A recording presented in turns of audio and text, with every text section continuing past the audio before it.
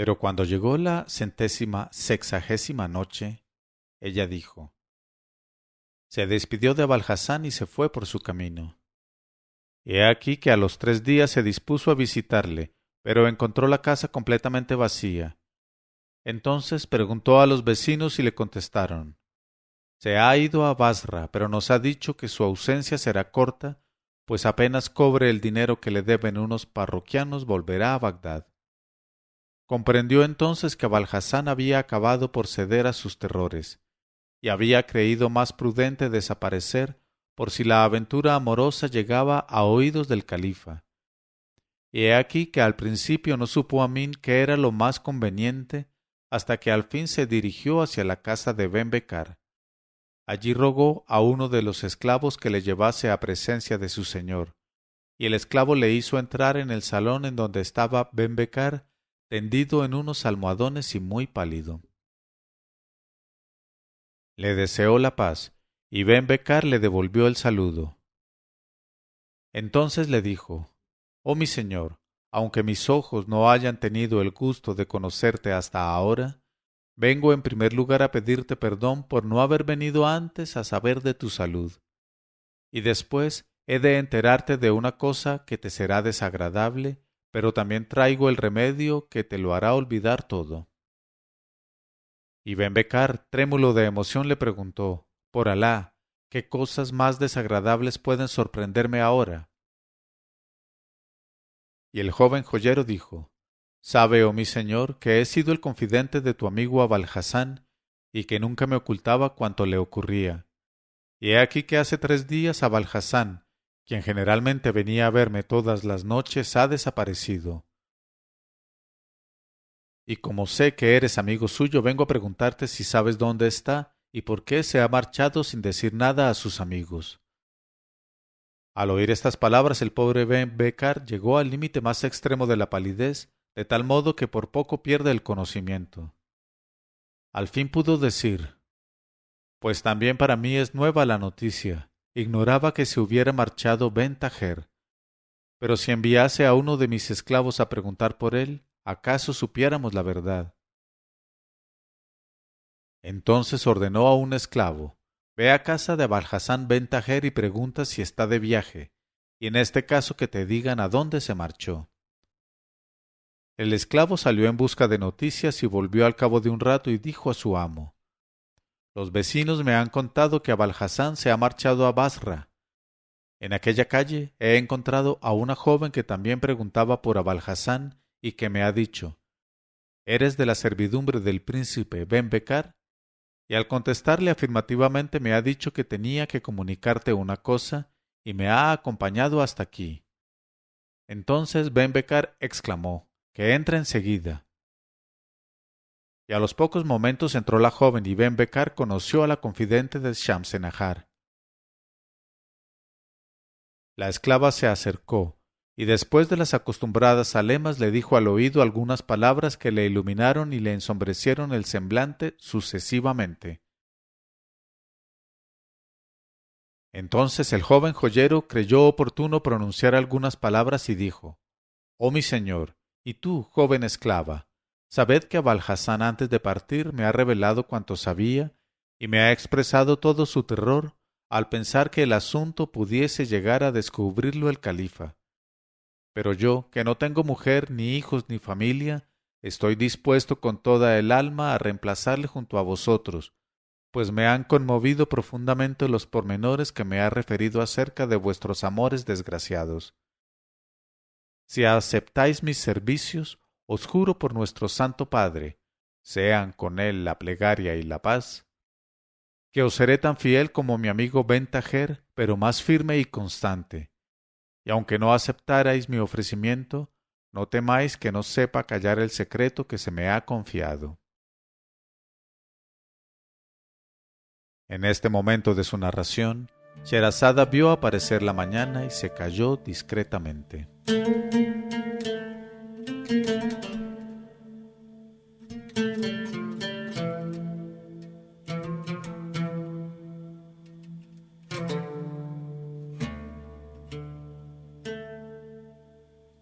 Pero cuando llegó la 161ª noche, ella dijo: El secreto que se me ha confiado.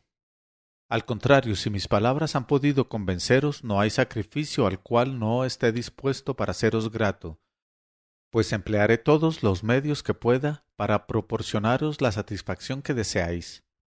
Y hasta os ofrezco mi casa para que recibáis en ella, oh mi señor, a la hermosa Shamsenahar.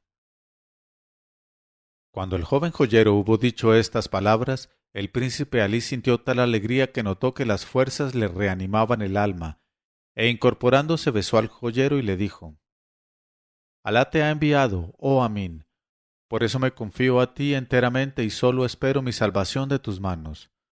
Volvió a repetirle las gracias y se despidió de él llorando de alegría.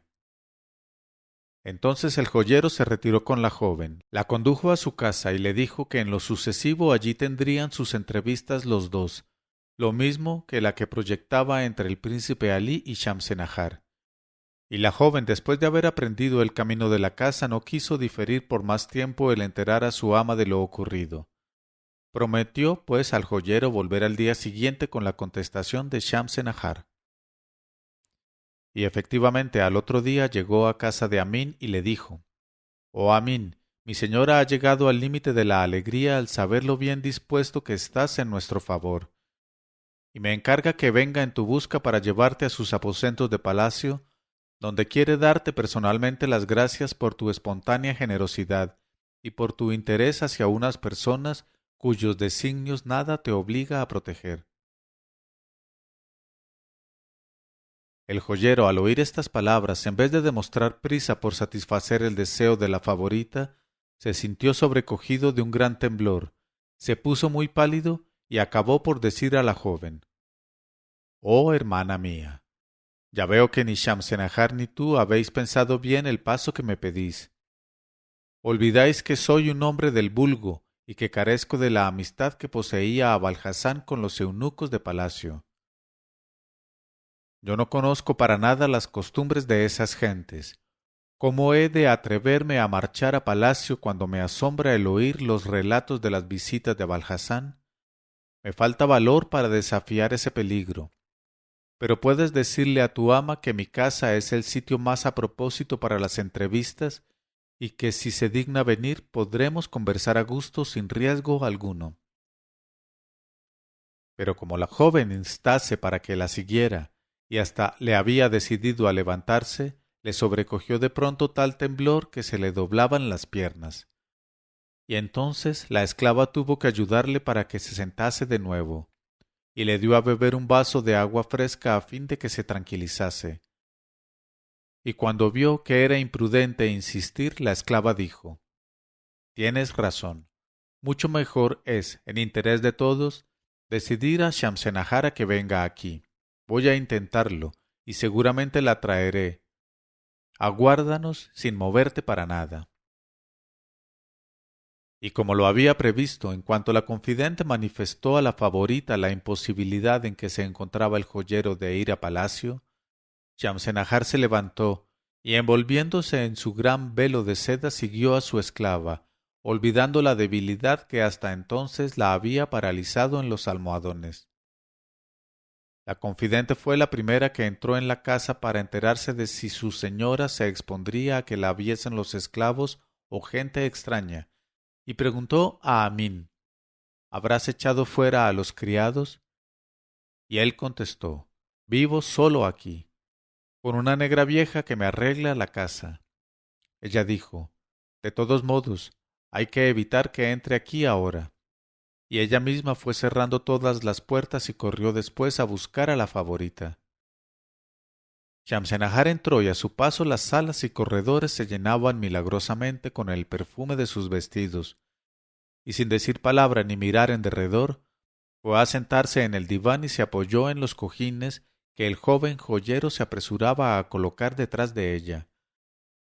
Y así permaneció inmóvil durante un buen rato, muy débil y sin poder apenas respirar. Por fin, cuando hubo descansado de aquella larga caminata, pudo levantarse el velillo y despojarse del manto. Y el joven joyero, deslumbrado, creyó que el mismo sol había entrado en su casa. Shamsenahar le miró un instante y le preguntó al oído a la esclava, ¿Este es el joven de quien me has hablado? Y cuando la esclava le contestó afirmativamente, la favorita dirigió un expresivo saludo al joyero. Y éste contestó, Loado sea Alá, plegue a Alá guardarte y conservarte como el perfume en el oro. Ella le preguntó, ¿Eres casado o soltero? Él contestó, Por Alá, soltero, oh mi señora, y no tengo padre, ni madre, ni pariente alguno, de modo que no tendré más ocupación que consagrarme a servirte, y tus menores deseos los pondré sobre mi cabeza y sobre mis ojos. En este momento de su narración, Sherazada vio aparecer la mañana y se calló discretamente.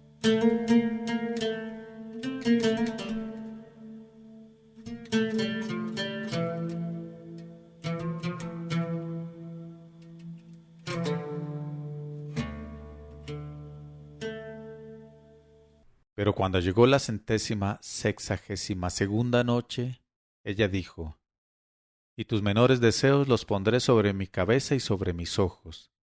Sabe además que pongo por completo a tu disposición para tus entrevistas con Ben Becar una casa que me pertenece, en donde nadie habita, y que está situada enfrente de esta en que vivo.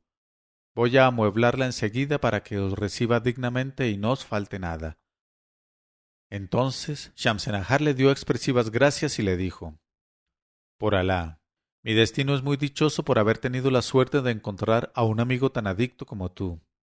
Ahora me explico lo que vale la ayuda de un amigo desinteresado y cuán delicioso es encontrar el oasis del reposo después del desierto de la tristeza.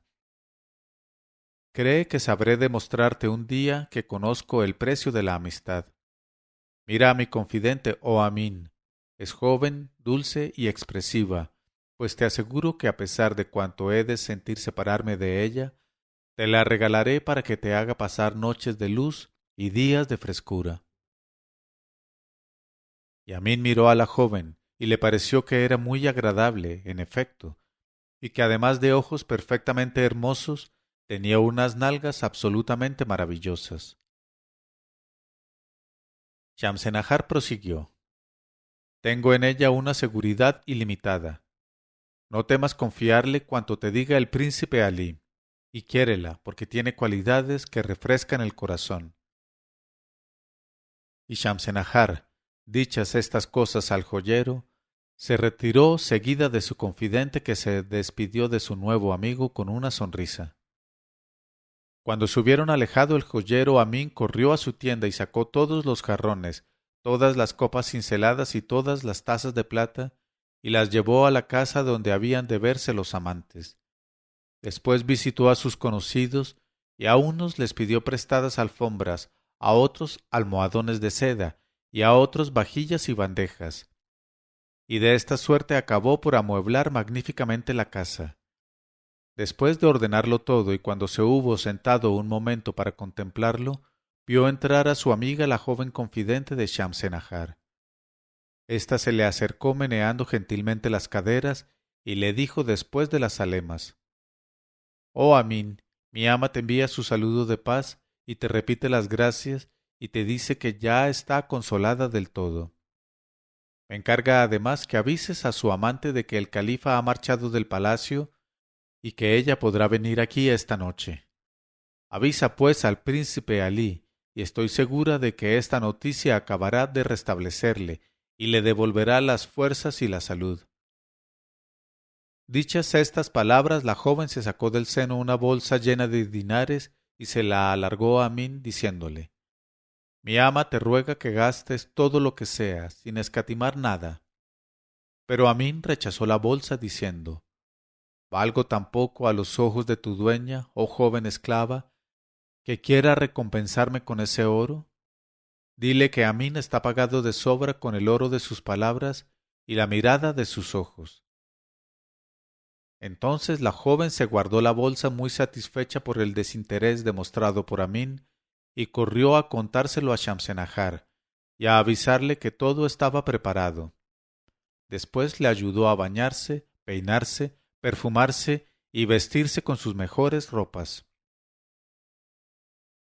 Por su parte, el joyero Amín fue a avisar al príncipe Alí Ben Becar después de haber colocado flores frescas en los jarrones y llenado las bandejas con manjares de todas clases, pasteles, dulces y bebidas, y colocado ordenadamente junto a la pared los laúdes, guitarras y demás instrumentos.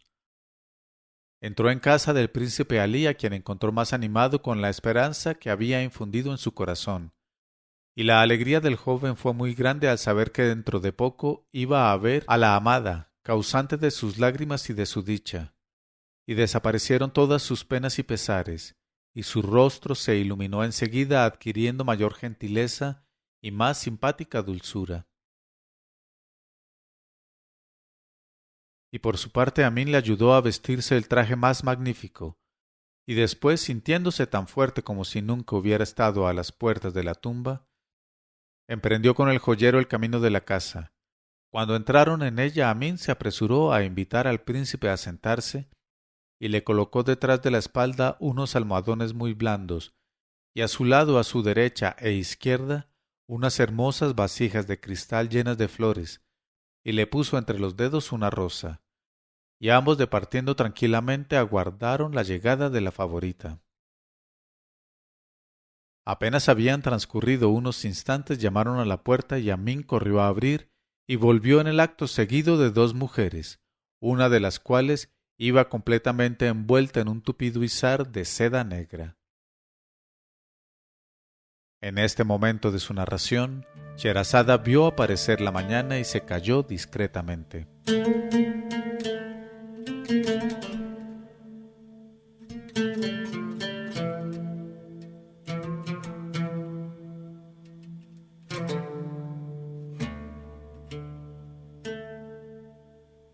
Pero cuando llegó la 163ª noche, ella dijo: Dos mujeres, una de las cuales iba completamente envuelta en un tupido izar de seda negra. Y era la hora del llamamiento a la oración en los alminares al ponerse el sol, y cuando afuera la voz extática de los muecines invocaba las bendiciones de Alá sobre la tierra, Shamsenahar se levantó el velo ante los ojos de Ben Becar, y al verse ambos amantes cayeron desvanecidos y tardaron como una hora en reponerse. Cuando por fin abrieron los ojos se miraron silenciosa y largamente, sin llegar a poder expresar de otro modo su pasión, y cuando tuvieron bastante dominio de sí mismos para poder hablar, se dijeron palabras tan dulces que la esclava y el joven Amín no pudieron menos de llorar en su rincón. Pero no tardó el joyero en suponer que era hora de servir a sus huéspedes, y ayudado por la esclava se apresuró a llevarles en primer lugar los perfumes agradables, que los prepararon para probar las viandas, las frutas y las bebidas, que eran abundantes y de primera calidad. Después Amín les echó agua en las manos y les alargó las toallas de flecos de seda, y entonces, completamente repuestos de su emoción, pudieron empezar a disfrutar realmente de la dicha de verse reunidos. Y Shamsenahar dijo a la esclava: «Dame ese laúd para que cante la pasión inmensa que grita dentro de mi alma». Y la confidente le presentó el laúd, que Shamsenahar se puso en las rodillas, y después de haberle templado rápidamente preludió una melodía, y el instrumento, manejado por sus dedos, sollozaba y reía, como si hablase su alma, extasiando a todos. Y con la mirada perdida en los ojos de su amigo, Shamsenahar cantó: «Oh cuerpo mío de enamorada, te has hecho diáfano al esperar al muy amado, pero ya está aquí. El ardor de mis mejillas bajo las lágrimas se endulza con la brisa de su llegada. Oh noche bendita al lado de mi amigo, das a mi corazón más dulzura que todas las noches de mi destino. Oh noche que aguardaba, mi muy amado me enlaza con su brazo derecho y yo con el izquierdo le envuelvo alegre. Le envuelvo y con mis labios aspiro el vino de su boca mientras sus labios me vacían por completo. Así me apodero de la colmena y de toda la miel». Cuando oyeron este canto sintieron los tres un goce tan grande que gritaron desde el fondo de su pecho: «Ya Leil, ya Salam». Estas son las palabras deliciosas. Después el joyero Amín, suponiendo que su presencia ya no era necesaria, y en el colmo del placer al ver a los dos amantes uno en brazos del otro, se decidió a dejarlos solos en la casa para no exponerse a molestarlos, y se retiró discretamente. Emprendió el camino de su casa y con el ánimo completamente tranquilo, se acostó pensando en la felicidad de sus amigos y durmió hasta por la mañana. Pero al despertarse vio delante de él a su esclava negra con la cara trastornada por el espanto, y cuando abrió la boca para preguntarle lo que le había pasado, la negra le señaló con silencioso ademán a un vecino que estaba a la puerta aguardando que despertase. El vecino se acercó a una señal de Amín y después de saludarle le dijo: «Oh mi vecino, vengo a consolarte por la espantosa desgracia que ha caído esta noche sobre tu casa». El joyero exclamó: «Por Alá, ¿de qué desgracia hablas?». Y el hombre dijo: «Puesto que no te has enterado todavía, sabe que esta noche apenas habías vuelto a tu casa, unos ladrones, cuya primera hazaña no debe de ser esta, y que probablemente te habrían visto la víspera trasladar a tu segunda casa cosas preciosas, han aguardado que salieras para precipitarse dentro de la casa donde no pensaban encontrar a nadie, pero vieron a unos huéspedes que había alojado allí esta noche, y probablemente los habrán matado y hecho desaparecer, pues no se ha podido dar con sus huellas. En cuanto a la casa, los ladrones la han saqueado por completo sin dejar ni una estera ni un almohadón, y está ahora más limpia y vacía que nunca». Al oír esto, el joven Amín levantó los brazos lleno de amargura. «¡Qué desgracia tan grande! Mis bienes y todos los objetos que me habían prestado los amigos se han perdido sin remisión, pero esto no vale nada comparado con la pérdida de mis huéspedes». Y enloquecido, descalzo y en camisa, corrió a su segunda casa, seguido de cerca por el vecino que trataba de consolarle, y vio efectivamente que las habitaciones resonaban como cosa vacía. Entonces se desplomó llorando, prorrumpiendo en suspiros, y luego exclamó: «¿Y qué haré ahora, vecino?». El vecino contestó.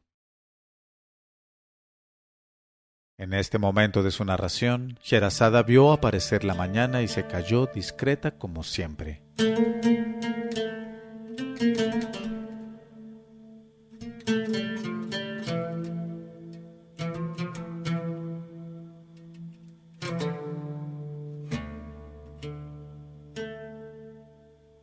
Pero cuando llegó la 164ª noche, ella dijo. El vecino contestó: «Creo, Amín, que el mejor partido es tomar la desgracia con paciencia y aguardar la captura de los ladrones, que tarde o temprano serán habidos, pues los guardias del gobernador andan buscándolos, no sólo por este robo, sino por otras fechorías que han perpetrado hace poco tiempo».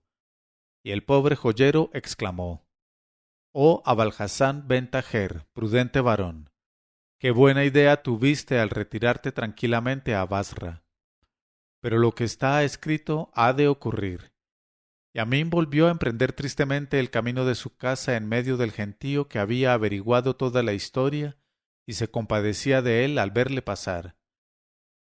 Y al llegar a la puerta de su casa, el joyero Amín vio en el vestíbulo a un hombre que no conocía y le aguardaba. Y el hombre al verle se levantó y le deseó la paz, y Amín le devolvió el saludo. Entonces el hombre dijo: «Tengo que decirte algunas palabras secretas que sólo debemos oír los dos». Y Amín quiso llevarle a su aposento, pero el hombre le dijo: «Vale más que estemos completamente solos, con que vámonos a tu segunda casa».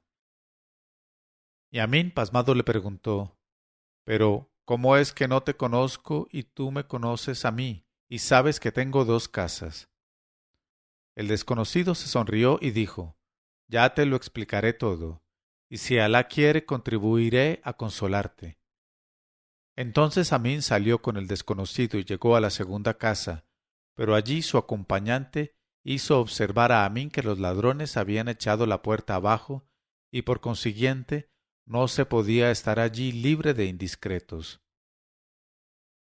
Después dijo, sígueme y te llevaré a un sitio que conozco.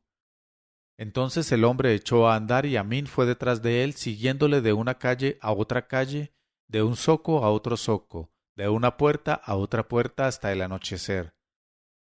Entonces, como hubieran llegado hasta el Tigris, el hombre desconocido dijo, indudablemente estaremos más seguros en la otra orilla.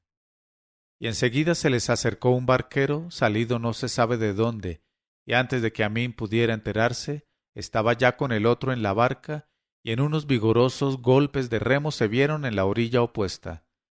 El desconocido ayudó a Amín a saltar a tierra, cogiéndole de la mano, lo guió a través de unas calles angostas, y el joyero, muy intranquilo, pensaba, en mi vida he puesto aquí los pies.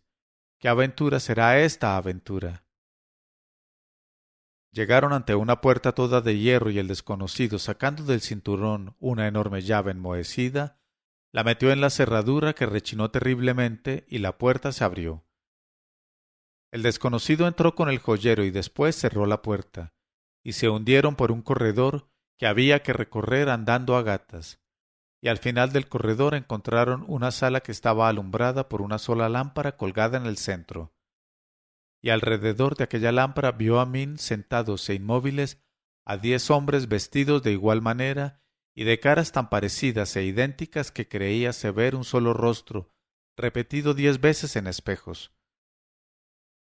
Al verlos, Amín, que estaba ya rendido por lo que había andado desde por la mañana, se sintió completamente desvanecido y cayó al suelo. Entonces el hombre que lo había traído le roció con un poco de agua y de tal modo lo reanimó.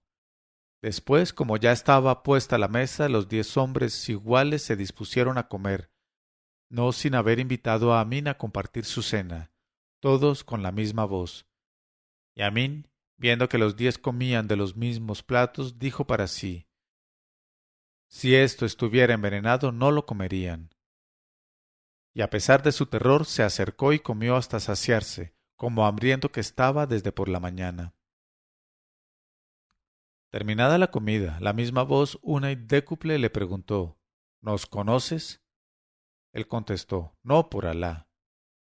Los 10 dijeron, somos los ladrones que esta noche pasada hemos saqueado tu casa y raptado a tus huéspedes, al joven y a la muchacha que cantaba. Pero desgraciadamente la criada logró salvarse huyendo por la azotea.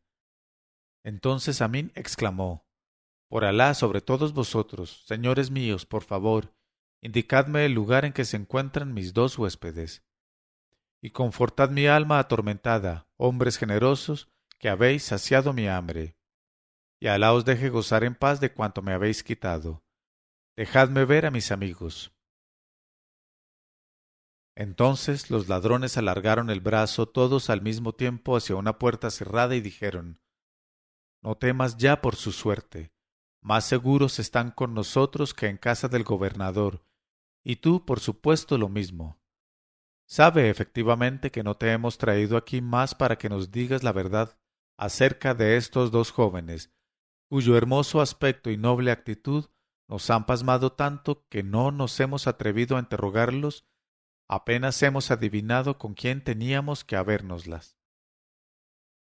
Entonces el joyero Amín se tranquilizó mucho y no pensó más que en granjearse todas las simpatías de los ladrones, y les dijo, oh señores míos, bien claro veo ahora que si la compasión y la urbanidad llegaran a desaparecer de la tierra, se encontrarían intactas en vuestra casa. Y no menos claro veo asimismo que cuando se trata con personas tan de fiar y tan generosas como vosotros, el mejor medio y el más seguro para captarse su confianza es no ocultarles nada de la verdad. Escuchad pues mi historia y la suya, pues es asombrosa hasta el último límite de todos los asombros.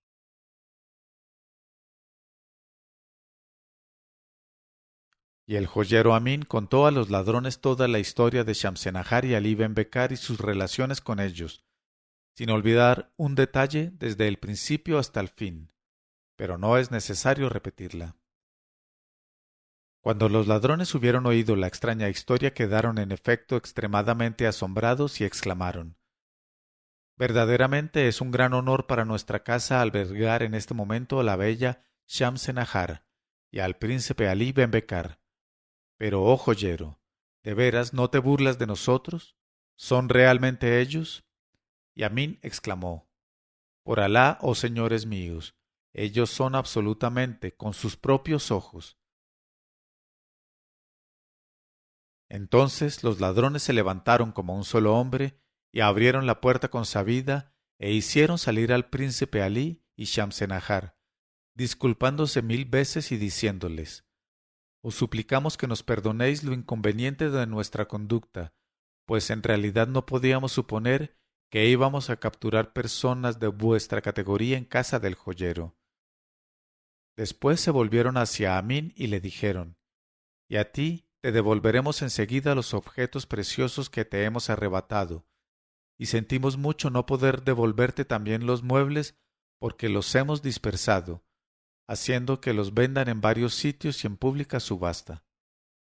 Y la verdad es que se apresuraron a devolverme los objetos preciosos envueltos en un paquete grande, y yo, olvidándolo todo, no dejé de darles 1000 gracias por su generosidad. Entonces nos dijeron a los tres: Ahora ya no queremos teneros más aquí, como no deseéis honraros con vuestra presencia entre nosotros. Y enseguida se pusieron a nuestra disposición, haciéndonos prometer únicamente no delatarlos y olvidar los desagradables ratos pasados. Nos llevaron pues a la orilla del río y todavía no pensábamos en comunicarnos nuestras inquietudes, pues el temor aún nos tenía sin aliento, y nos inclinábamos a creer que todos aquellos sucesos ocurrían en sueños. Después, con grandes señales de respeto, los 10 nos ayudaron a meternos en su barca, y se pusieron todos a remar con tal vigor que en un abrir y cerrar de ojos llegamos a la otra orilla. Pero apenas habíamos desembarcado cuál no sería nuestro terror al vernos cercados de pronto por los guardias del gobernador y capturados inmediatamente. Los ladrones, como se habían quedado en la barca, tuvieron tiempo de ponerse fuera de alcance a fuerza de remos.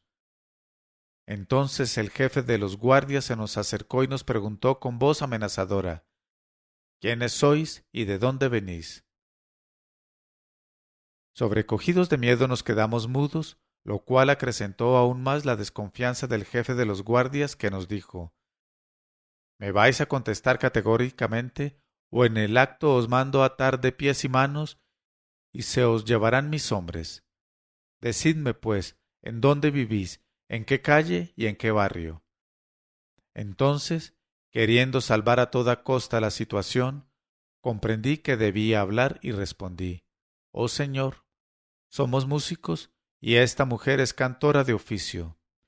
Esta noche estábamos en una fiesta que reclamaba nuestro concurso en la casa de esas personas que nos han traído hasta aquí. Pero no podemos deciros el nombre de esas personas, pues en nuestro oficio no solemos enterarnos de tales pormenores y nos basta solo con que nos paguen bien. Pero el jefe de los guardias me miró severamente y me dijo: No tenéis mucha traza de cantantes, y me parecéis muy aterrados e inquietos para ser personas que acaban de salir de una fiesta. Y vuestra compañera, con tan buenas alhajas, tampoco tiene trazas de almea.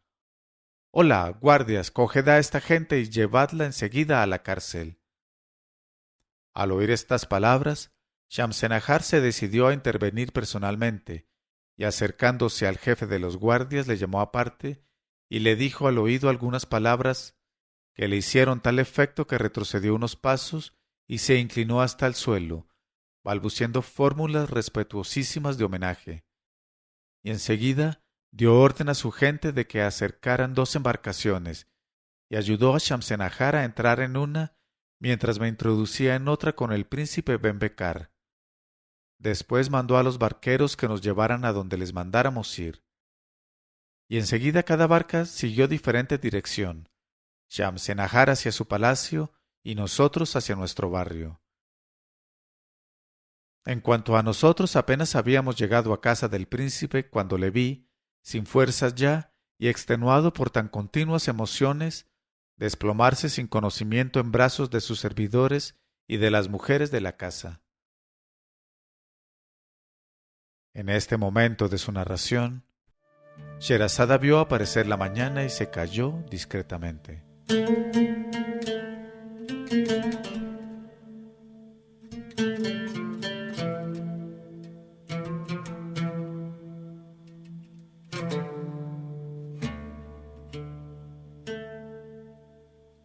Pero cuando llegó la 165ª noche, ella dijo: sin conocimiento, en brazos de sus servidores y de las mujeres de la casa, porque según me dio a entender por el camino, después de lo que había pasado, perdía toda esperanza de tener otra entrevista con su amiga Shamsenahar.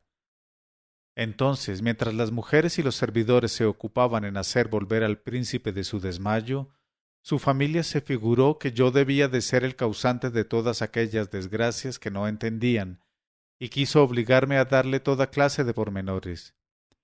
Pero yo me guardé muy bien de explicarles nada, y les dije: buena gente, lo que le ocurre al príncipe es tan extraordinario que él es el único que os lo puede contar. Y afortunadamente para mí el príncipe recobró el conocimiento en aquel instante, y sus parientes ya no se atrevieron a insistir en el interrogatorio delante de él. Y yo, temiendo nuevas preguntas, y ya algo tranquilo respecto al estado de Ben Becar, cogí mi paquete y me fui a toda prisa hacia mi casa. Al llegar encontré a la negra que daba gritos agudísimos y desesperados y se abofeteaba, y todos los vecinos la rodeaban para consolarla de mi perdición, que se creía segura. Así es que al verme la esclava se echó corriendo a mis pies, y quiso también someterme a un nuevo interrogatorio. Pero yo puse término a todo esto diciéndole que por lo pronto no tenía más que ganas de dormir, y me dejé caer extenuado en los colchones, y poniendo la cara en la almohada dormí hasta el otro día. Entonces la negra se me acercó y me hizo preguntas, y yo le dije: dame un buen tazón lleno. Me lo trajo, me lo bebí de un sorbo, y como la negra insistía le dije: ha sucedido lo que ha sucedido. Entonces se fue, y yo me volví a dormir, y aquella vez no me desperté hasta pasados 2 días y 2 noches, y cuando pude incorporarme me dije: la verdad es que tengo que ir a tomar un baño al hammam, y fui enseguida, aunque seguía muy preocupado con la situación de Ben Becar y Shamsenahar, de quienes nadie me había traído noticias. Fui pues al hammam, en donde tomé mi baño y me dirigí enseguida hacia mi tienda, y cuando sacaba la llave del bolsillo para abrir la puerta, una mano me tocó en el hombro y una voz me dijo: ya, Amin. Entonces me volví y conocí a mi joven amiga, la confidente de Shamsenahar. Pero en vez de alegrarme al verla, sentí un miedo atroz de que me vieran los vecinos en conversación con ella, pues todos sabían que era la confidente de la favorita. Me apresuré a meterme la llave en el bolsillo y sin volver la cara eché a correr completamente enloquecido, sin hacer caso de las voces de la joven que corría detrás de mí rogándome que parara. Y así llegué hasta la puerta de una mezquita solitaria, me precipité dentro, después de haber dejado a la puerta las babuchas, me dirigí hacia el rincón más oscuro y adopté enseguida la actitud de la oración. Entonces, más que nunca, pensé en lo grande que había sido la cordura de mi antiguo amigo Abalhassan ben Taher, que había huido de todas aquellas complicaciones, retirándose tranquilamente a Basra. Y pensé para mis adentros: como Alá me saque sano y salvo, hago voto de no volverme a meter en semejantes trances, ni a hacer tales papeles. Apenas estaba en aquel rincón oscuro, cuando se me unió. En este momento de su narración, Sherazada vio aparecer la mañana y se calló discretamente.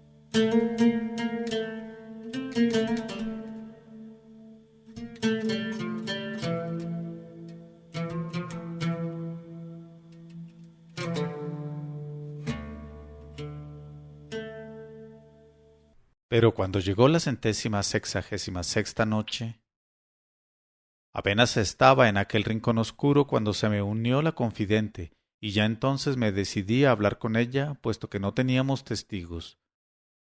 Empezó por preguntarme ¿Cómo estás, amigo Amin?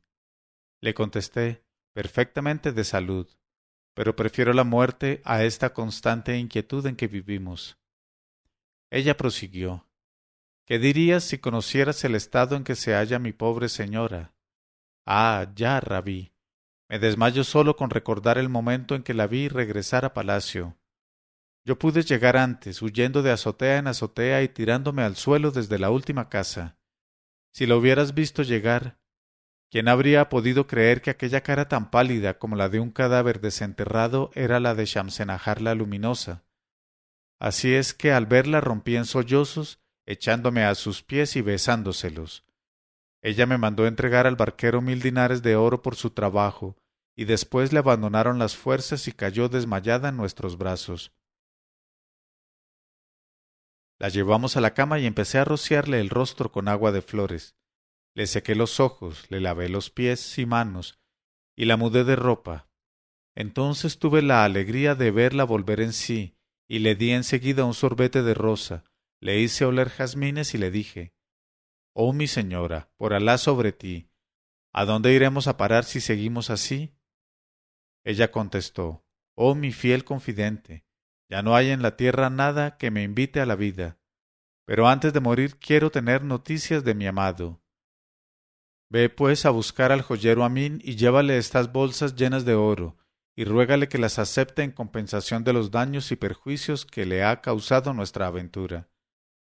Y la confidente me alargó un paquete muy pesado que llevaba y que debía contener más de 5000 dinares de oro, de lo cual efectivamente pude cerciorarme más adelante. Después prosiguió, Shamsenahar me ha encargado después que te pida, como última súplica, que nos des noticias, sean buenas o malas, del príncipe Alí. No pude negarle lo que me pedía como un favor, y a pesar de mi firme resolución de no meterme más en aquella aventura peligrosa, dije que aquella noche en mi casa le facilitaría noticias sobre el príncipe, y después de rogar a la joven que fuese a mi tienda para dejar el paquete, salí de la mezquita y me dirigí a casa del príncipe Alí Ben Bekar. Y allí me enteré de que todos, mujeres y servidores, me estaban aguardando hacía 3 días y no sabían cómo hacer para tranquilizar al príncipe Alí, que me reclamaba sin cesar, exhalando hondos suspiros. Y le encontré con los ojos casi apagados y con más aspecto de muerto que de vivo. Entonces me acerqué a él con lágrimas en los ojos y le estreché contra mi pecho. En este momento de su narración, Sherazada vio aparecer la mañana y se calló discretamente.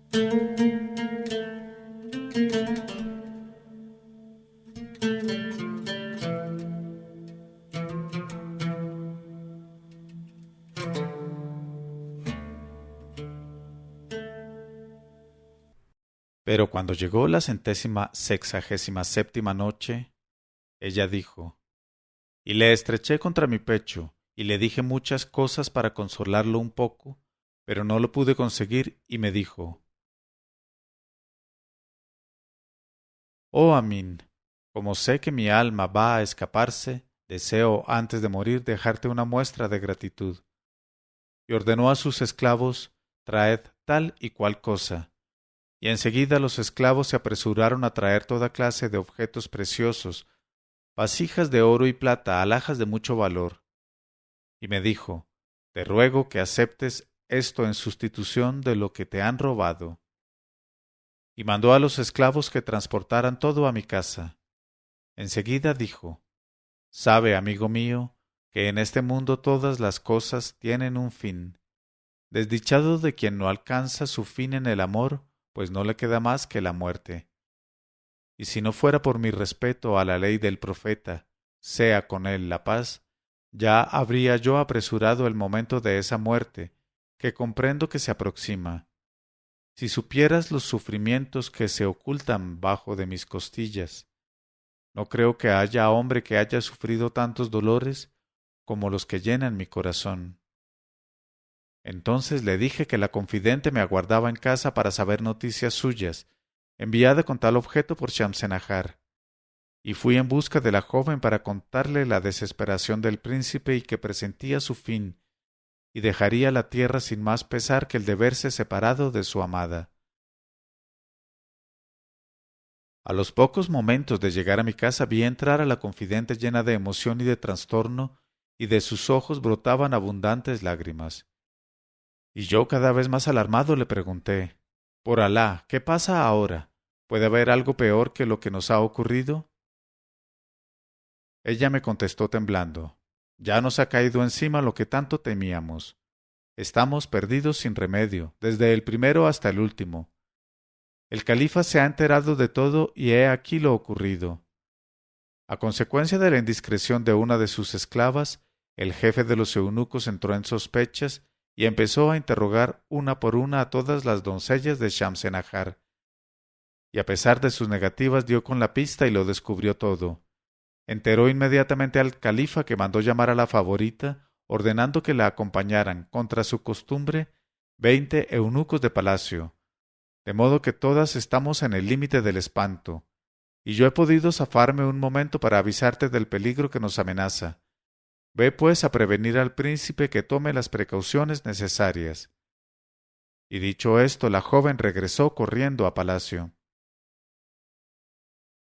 Entonces el mundo se ennegreció ante mis ojos y exclamé: «No hay poder ni hay fuerza más que en Alá el Altísimo y Omnipotente». ¿Qué otra cosa podía decir frente al destino? Resolví volver a la casa del príncipe, aunque hacía pocos momentos que lo había dejado, y sin darle tiempo a pedirme ninguna explicación le grité: «Oh Alí, no tienes más remedio que seguirme o te espera la muerte más ignominiosa. El califa lo sabe todo y a estas horas habrá ordenado prenderte. Alejémonos, sin perder un momento, y traspongamos las fronteras de nuestro país fuera del alcance de quienes te buscan». Y enseguida, en nombre del príncipe, mandé a los esclavos que cargaran 3 camellos con los objetos más valiosos y con víveres suficientes para el camino. Ayudé al príncipe a montar en otro camello, en el cual también monté yo detrás de él, y en cuanto el príncipe se despidió de su madre, nos pusimos en camino tomando el del desierto. En este momento de su narración, Sherazada vio aparecer la mañana y se calló, discreta como siempre.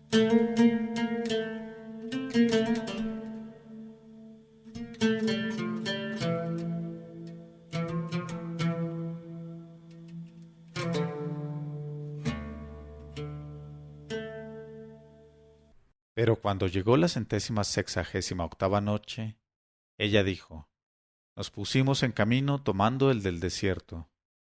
Pero toda cosa que está escrita debe ocurrir. Los destinos bajo un cielo u otro han de cumplirse. Y efectivamente nuestras desdichas habían de continuarse, porque huyendo de un peligro nos arrojábamos a otro mayor todavía.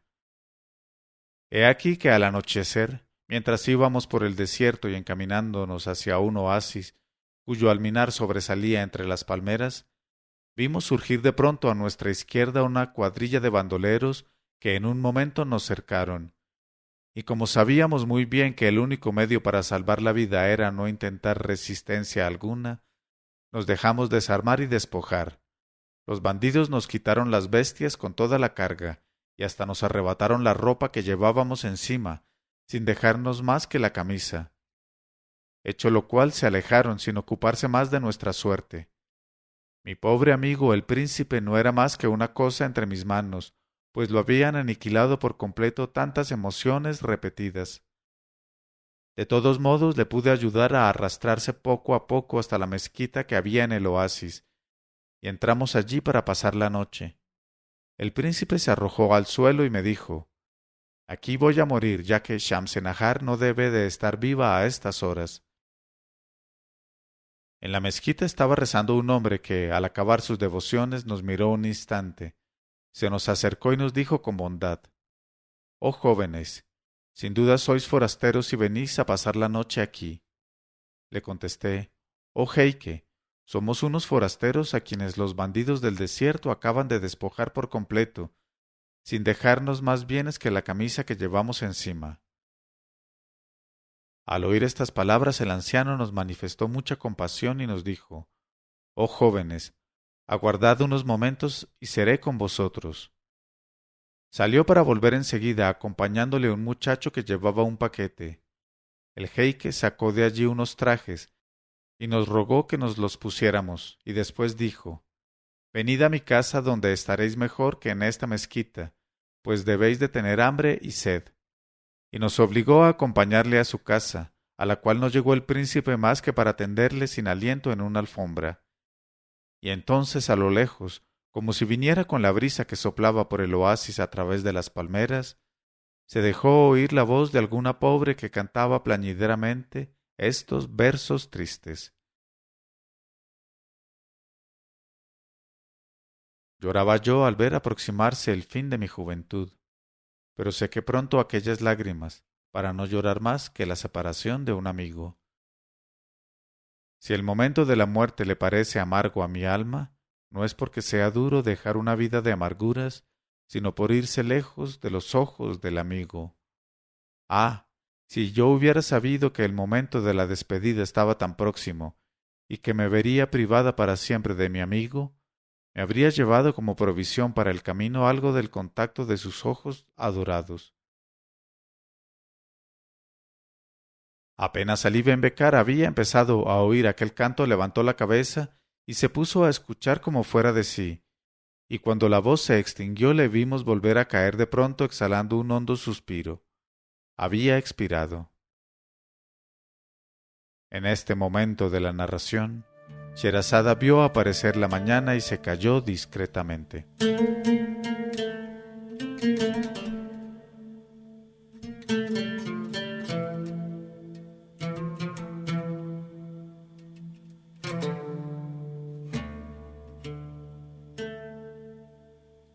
Pero cuando llegó la 169ª noche, ella dijo: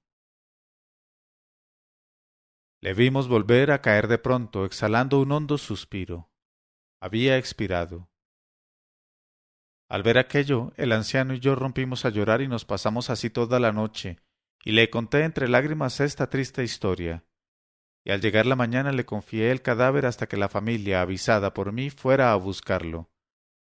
Me despedí de aquel hombre tan bueno y me dirigí rápidamente a Bagdad aprovechando la salida de una caravana que allá se dirigía.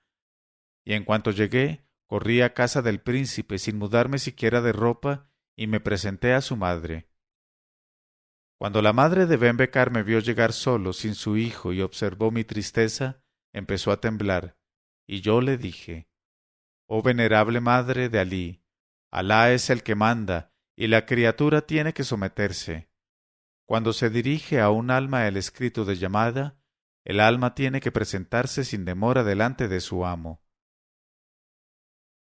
Al oír esto, la madre de Alí exhaló un gran grito, y cayendo de bruces al suelo, exclamó: ¡Qué horror! ¿Habrá muerto mi hijo? Yo bajé los ojos sin poder pronunciar una palabra, y vi cómo la pobre madre, ahogada por los sollozos, se desmayaba, y me puse a llorar todas las lágrimas de mi corazón, mientras las mujeres llenaban la casa con sus lamentos. Cuando por fin pudo oírme la madre de Alí, le conté los pormenores de la muerte y le dije: Reconozca a Alá lo grande de tus méritos, oh madre de Alí, y te remunere con sus beneficios y su misericordia. Entonces ella me preguntó: ¿Pero no ha dejado ningún encargo para que me lo transmitieras? Yo contesté: Me dijo que si moría era su mayor deseo que lo transportaran a Bagdad. La madre del príncipe volvió a romper en llanto desgarrándose los vestidos y dijo que inmediatamente iría con una caravana para recoger el cadáver de su hijo. Y dejándola entregada a sus preparativos de marcha, regresé a mi domicilio pensando: Oh príncipe Alí, desventurado amante, qué lástima que tu juventud haya sido cegada en su más hermosa floración. Y al llegar a mi casa, cuando eché mano al bolsillo para sacar la llave, me tocaron en el brazo. Me volví y vi a la confidente de Shamsenahar vestida de luto y con cara muy triste. Quise escaparme, pero la joven me obligó a entrar en casa con ella, y sin hablarnos rompimos a llorar uno y otro. Después le dije: Ya sabrás la desgracia. Y ella respondió: ¿A cuál te refieres, Amin? Yo le dije: La muerte del príncipe Alí. y al verla llorar de nuevo comprendí que nada sabía y la enteré en medio de grandes sollozos. Después ella me preguntó, ¿y tú conoces mi desgracia? Yo exclamé, ¿habrá perecido Shamsenahar por orden del califa? Ella contestó, Shamsenahar ha muerto, pero no como supones. Oh desventurada señora mía. Y rompió a llorar hasta que por fin me dijo, escúchame, Amin. Cuando Shamsenahar llegó acompañada por los 20 eunucos a presencia del califa, éste despidió a todo el mundo, se acercó a ella, la mandó sentar junto a él y con voz llena de bondad le dijo, oh Shamsenahar, tienes enemigos en palacio, y estos enemigos han querido calumniarte deformando tus actos y presentándomelos bajo un aspecto indigno de ti y de mí. Sabe que te quiero más que nunca y para probarlo ante todo el palacio he dado órdenes de que se aumente tu tren de caza y el número de tus esclavos y los gastos tuyos. Te ruego, por lo tanto, que abandones esa aflicción que me aflige también a mí. Y para distraerte voy a llamar a las cantarinas de palacio y disponer que traigan bandejas cargadas de frutas y bebidas.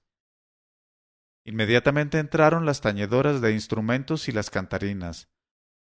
Los esclavos vinieron cargados con grandes bandejas repletas de apetitoso contenido, y cuando todo estuvo dispuesto, el califa sentado al lado de Shamsenahar, que a pesar de tanta bondad se sentía cada vez más débil, mandó a las cantarinas que empezaran, y una de ellas, al son de los laúdes pulsados por los dedos de sus compañeras, prorrumpió en este canto. Oh lágrimas, hacéis traición a los secretos de mi alma, no dejando que guarde para mí sola un dolor cultivado en silencio. He perdido al amigo amado por mi corazón.